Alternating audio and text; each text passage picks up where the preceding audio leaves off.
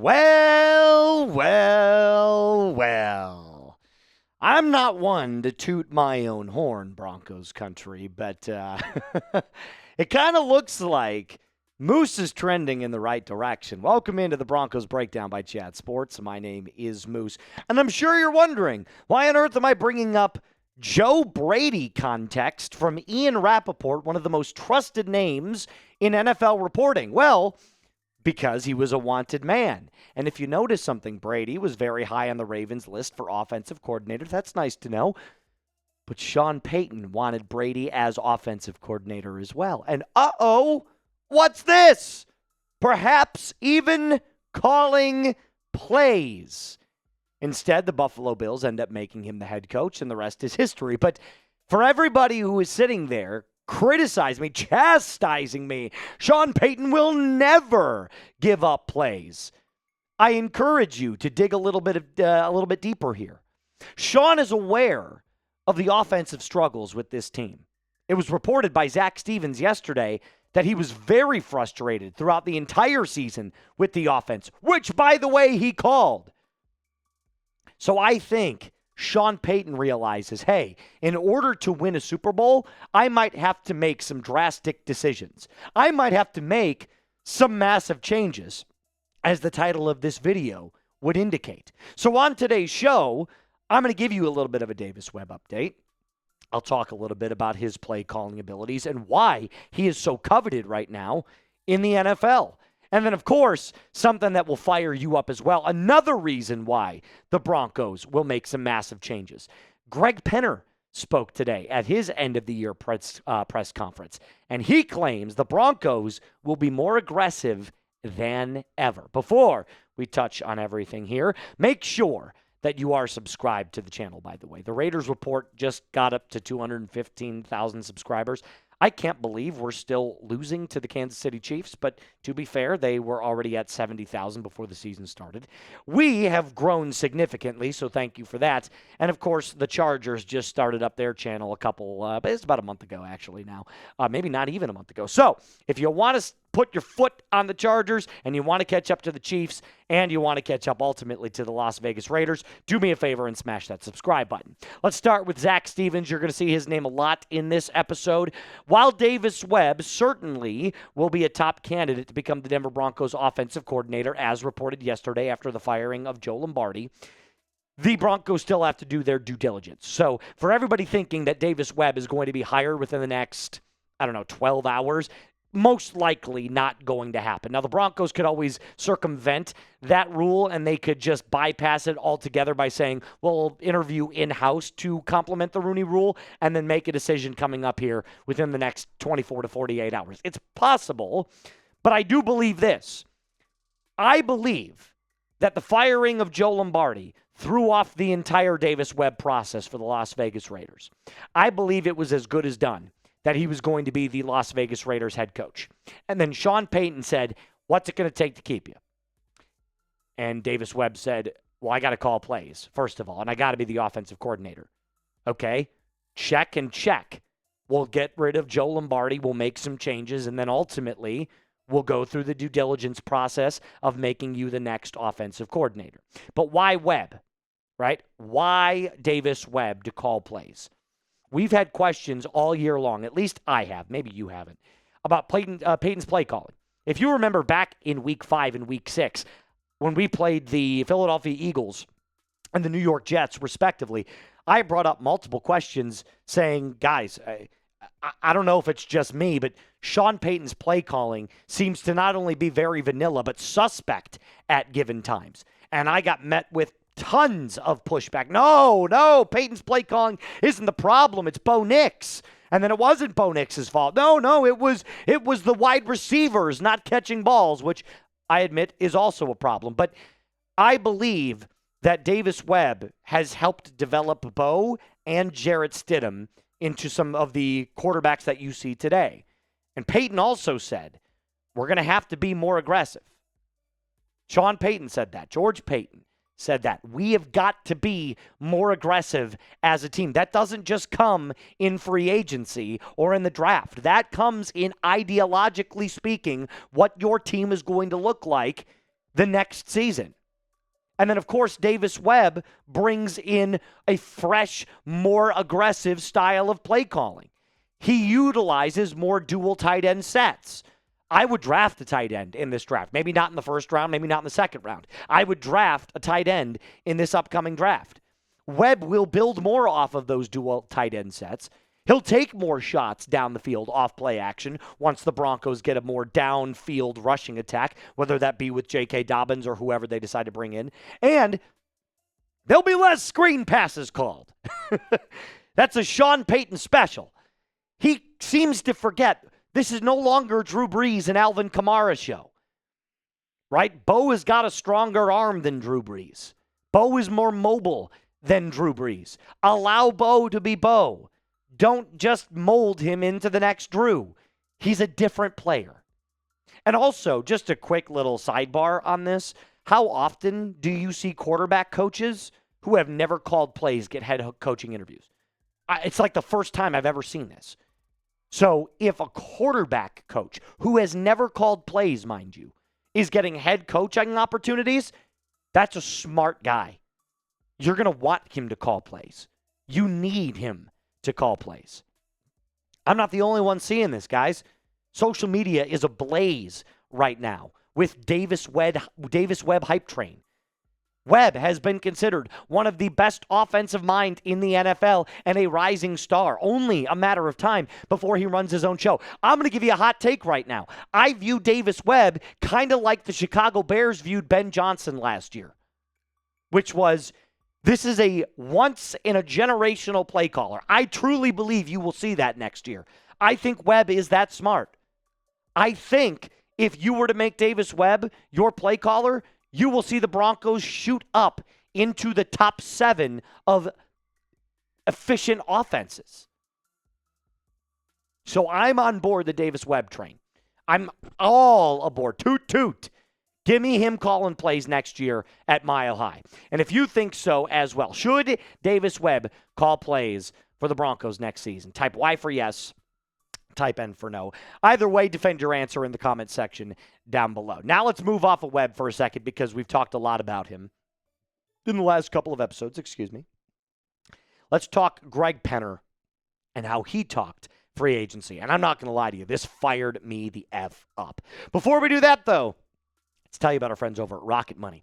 Saving me countless time, hours upon hours, every single month, discussing finances with my wife. And now, all of that taken care of with our friends over at Rocket Money. They are a personal finance app that helps you find and cancel your unwanted subscriptions, monitor your spending, and help you lower your bills so you can grow your savings. Their dashboard laying out your total financial picture, including bill due dates and paydays in a way that is easy to digest. You can even automatically create custom budgets based off of your past spending. Speaking of which, I had a food subscription app that was on my phone 2 years ago that I had gotten rid of, and I was still paying for it. Didn't even realize it. So Rocket Money steps in, they cancel that for me, and they save me money just like that. They've saved their users over $2.5 billion, including $880 million in canceled subscriptions alone. So let Rocket Money help you reach your financial goals faster. Join at rocketmoney.com/Broncos chat. That's rocketmoney.com/Broncos chat. One more time, rocketmoney.com/Broncos chat. All of that in the comments and description of today's video. Greg Penner made it very, very clear that the Broncos will be willing to spend in free agency, per our guy Zach Stevens, who was at the end-of-year press conference with Penner. And Penner said, and I quote, "We'll be opportunistically aggressive. I support this 100,000%. Thank you. Thank you, thank you, thank you." If you remember, the Broncos last year were also pretty aggressive, not as much as I would have liked in the offensive side of the ball. And obviously, J.K. Dobbins gets mixed in with this. But if we're talking about the pure free agency period, even though it never really ends, we're talking about very early days of free agency. The Broncos signed Dre Greenlaw, Talanoa Hufanga, Evan Ingram, and Trent Sherfield last year. And then, of course, back in June, they go out and they sign J.K. Dobbins. So I should have added him to this, but this was the initial grouping right here, as well as a multitude of re-signs that the Broncos made last year in March as well. So these are the March free agents right here. And if you look now currently, the Denver Broncos are slated to have the 12th most cap space in the NFL right now, and that's always changing. That number is fluid. Right now, the Pittsburgh Steelers are at $39 million, San Francisco at $37, and the Denver Broncos come in at number 35. Now, these numbers, by the way, have since changed. The Colts are now still at 13, but number 14 is the Atlanta Falcons. So you can see that constantly this number is always changing. This number is always being manipulated based off of players getting re-signed, players getting moved off of, et cetera, et cetera. Signing bonuses also have to do with a lot of that as well. So here are some notable unrestricted free agents for the Denver Broncos, John Franklin Myers, Adam Troutman, Singleton, Dobbins, Locke, and Stranad. I would be on board with bringing back J.K. Dobbins for the right price. Obviously, Singleton and Stranad, I could do without P.J. Locke, Troutman, or John Franklin Myers. Not that they're not great players or that they haven't, contributed to this Denver Broncos success in 2025. But I think behind closed doors, the Denver Broncos were pissed at themselves. This is just my opinion. I don't know this for fact. I don't have a source telling me this. I think behind closed doors, the Denver Broncos regret not making a push for Jalen Waddle at the trade deadline. If you remember, at the trade deadline, there were rumors that the Broncos could have made a play for Jalen Waddle. There was then reports coming out after that they did call about him and they weren't willing to give up as much draft capital as I'm sure Miami was willing to give up. And I think that really kind of didn't come back to bite them, but I also believe that there was a little bit of a slap on their own wrist of saying, we could have made an aggressive push and we chose to stay put. So I think this burned a fire in their craw for not being as aggressive as they could have been. So I'm sure you're wondering to yourself, the question on everybody's mind, who are we willing to pay for in 2026? Who are the free agents that we should be targeting that are going to command big price tags? I've got three that come to mind. Breece Hall, Alec Pierce, Kenneth Walker. Now, these three are all available in free agency. You know how I feel about Breece Hall. You know how I feel about Alec Pierce. I've talked about these guys pretty frequently. Kenneth Walker's a name that I would be very, very okay with signing, but I feel like this is not the big splash play that we could make. Because if you look at the way that Seattle's running back room is designed, Kenneth Walker has really exploded in the last couple of games because of the Zach Charbonnet injury. So if you were to ask me who my number one running back target would be, it would be Breece. And my number one wide receiver target is Alec Pierce. But let's not forget, once the new league year starts on March 9th, the legal tampering period, trades can be made. Trades can be made. So what are some of the top trade targets that the Broncos could explore? Interesting. DJ Moore, Xavier Legette, A.J. Brown. Now, notably, Legette has a drop problem. We don't need any more of that. A.J. Brown has an attitude problem. We don't need any of that.